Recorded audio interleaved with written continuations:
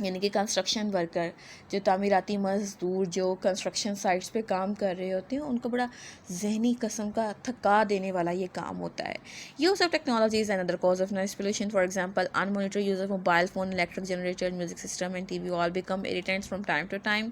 People usually do not switch off their mobile phones or put them on silent modes when they enter office, hospitals, schools and colleges. They also use electric generators excessively in residential areas. ہاں جی، ادھر وہ کہہ رہا ہے کہ لوگ بھی بہت لاپرواہی کا اپنا ثبوت دیتے ہیں کہ موبائل فون کا بے جا استعمال، میوزک سسٹم، جنریٹر، ان سب کا جو بے جا استعمال ہوتا ہے وہ بھی ہمارے جو ہے نوائز پولیوشن کو بڑھاتا ہے. فار ایگزامپل، اب میں نے آپ کو یہاں پر بتایا ہے کہ excessive use of generator in residential areas. Generator کی کس قدر پائرسنگ آواز ہوتی ہے، تو وہ مطلب آپ کا دماغ میں تھکا دینے والا درد ہو جاتا ہے. مطلب you got into the mental fatigue through this voice, کہ آپ اس سے بڑی ایک مینٹل فٹیگ میں سفر کرتے ہو. But we as a nation need this kind of U P S and generator type things because we belong to Pakistan. ہمارے پاس الیکٹریسٹی کا پرابلم ہوتا ہے، اس لیے ہمیں یہ یوز کرنی ہوتی ہے. But it becomes a source of noise pollution. Moreover, listening to the loud music or TV on a loud volume is another source of noise pollution. یہ اکثر گھروں میں بھی دیکھا جاتا ہے اور روڈ پہ بھی دیکھا جاتا ہے کہ مطلب اگر آپ گاڑی میں بیٹھے ہیں، some people are like this, they are sitting in the car and they have loud volume in the car. ان کا گاڑیوں میں بڑا ہی ذرا اونچا سا آواز کر کے وہ گانے سنتے ہیں. and this kind of thing is not good. This is not a decency. کوئی decent type چیز نہیں ہے.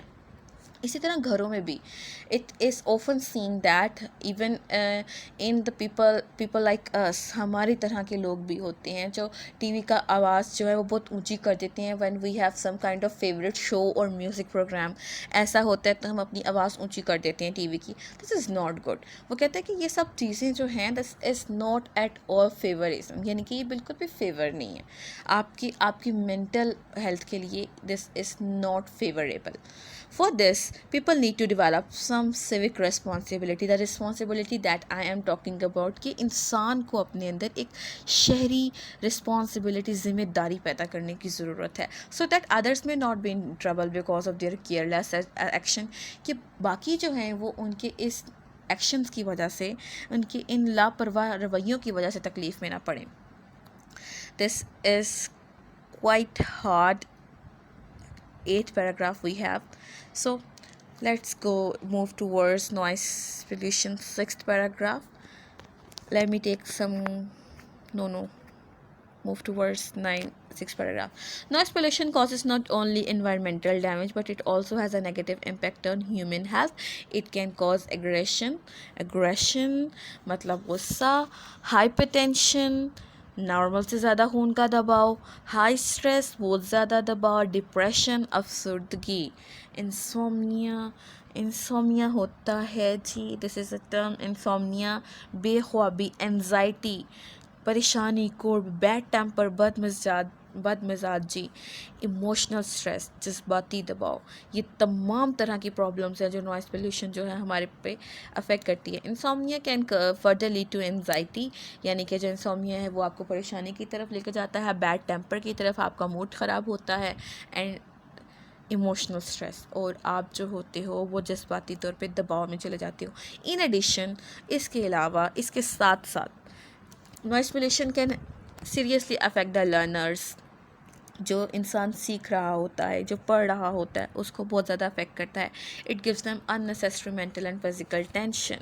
یہ اس کو غیر ضروری ذہنی اور جسمانی کھچاؤ دیتی ہے، اسٹریس دیتی ہے، دباؤ دیتی ہے. Let's move towards 7th paragraph. Moving towards 7th paragraph, they in Pakistan, now he is talking about Pakistan. کہ پاکستان میں کیا ہے. In Pakistan there is a dire ڈائر کا مطلب سخت شدید. Need to bring down the noise level, کہ noise کے لیول کو, آواز کے لیول کو نیچے لانے کی ضرورت ہے.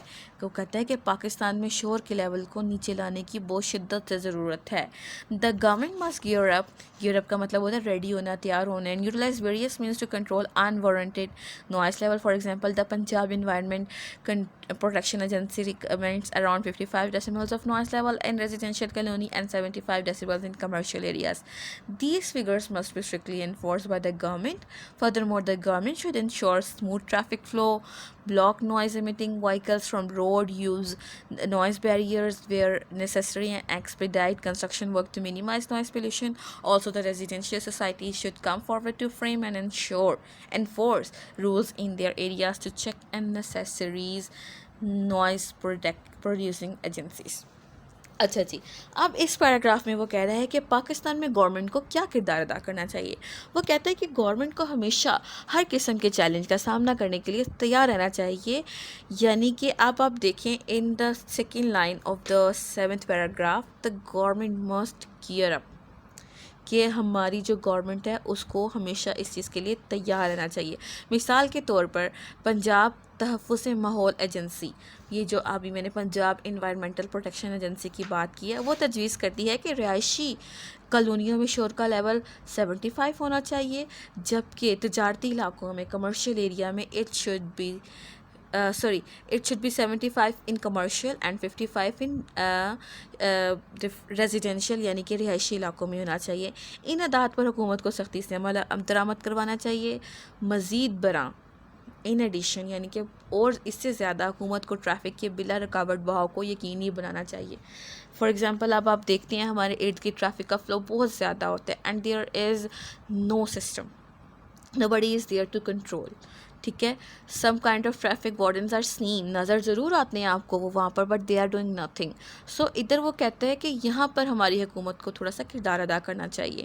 شور خارج کرنے والی گاڑیوں کو سڑکوں پر آنا روک دے, جہاں ضروری ہو وہاں جو ہے اس کا استعمال اور شور کی آلودگی کو کم سے کم کرنے کے لیے تعمیراتی کاموں میں تیزی لائے, یعنی کہ کنسٹرکشن ورک جتنا جلدی ہو سکے اس کو پورا کروائے. رہائشی سوسائٹیوں کو بھی آگے بڑھنا چاہیے, قواعد و ضوابط بنائیں اور انہیں اپنے علاقوں میں غیر ضروری شور پیدا کرنے والی عوامل کی جانچ پڑتال کے لیے لاگو کریں. شور کے بہتر بندوبست کے لیے دفاتر, ہسپتالوں اور تعلیمی اداروں کو اپنے کیمپس پر موبائل فونز کے استعمال کی سختی سے منامت کرنی چاہیے, یعنی کہ there should be no use of mobile phone. اچھا, مزید برآں ان لوگوں کو اپنے علاقوں میں اونچی آواز میں بولنے کی حوصلہ شکنی کرنی چاہیے. مطلب they are not allowed to speak in the loud volume as we Punjabi speakers are, and we can't control ourselves, but we should control ourselves. Move towards 8th paragraph. یہ میں نے آپ کو پڑھا دیا ہے. prohibit the use of mobile phone and people should be discouraged to speak loudly in these areas, جو میں نے ابھی آپ کو بتایا کہ لوگوں کو روکنا چاہیے کہ وہ اونچی آواز میں بات نہ کریں. 8th paragraph. Noise pollution is a serious issue and needs attention at local and state level. وہ کہتا ہے کہ noise pollution, شور کی آلودگی ایک سنگین مسئلہ ہے اور اس کو لوکل مطلب مقامی اور اسٹیٹ ریاستی سطح پر بہت زیادہ توجہ دینے کی ضرورت ہے. People must develop awareness about the dangerous impact of noise on human health.